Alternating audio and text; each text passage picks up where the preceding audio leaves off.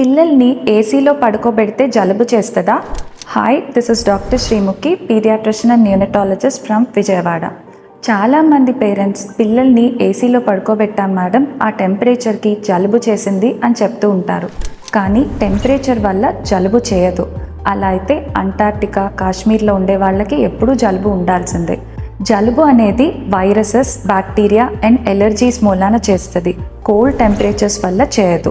కానీ కొంతమంది పిల్లల్లో ఈ కూల్ టెంపరేచర్స్ వల్ల థ్రోట్ అవన్నీ డ్రై అయిపోయి వాళ్ళకి ఇరిటేషన్ ఉండటం, జలుబు చేసినట్టు బ్లాక్ అయిపోవటం జరుగుతుంది. ఇది అవాయిడ్ చేయడానికి మీరు ఏం టిప్స్ ఫాలో అవ్వాలి? ఫస్ట్, ఏసీ బ్లోవర్ అనేది పిల్లలకి డైరెక్ట్గా తగలకుండా చూసుకోవాలి.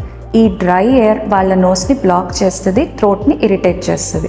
సెకండ్, టెంపరేచర్ అనేది 24 to 26 degrees సెంటిగ్రేడ్లో ఉండేటట్టు చూసుకోవాలి.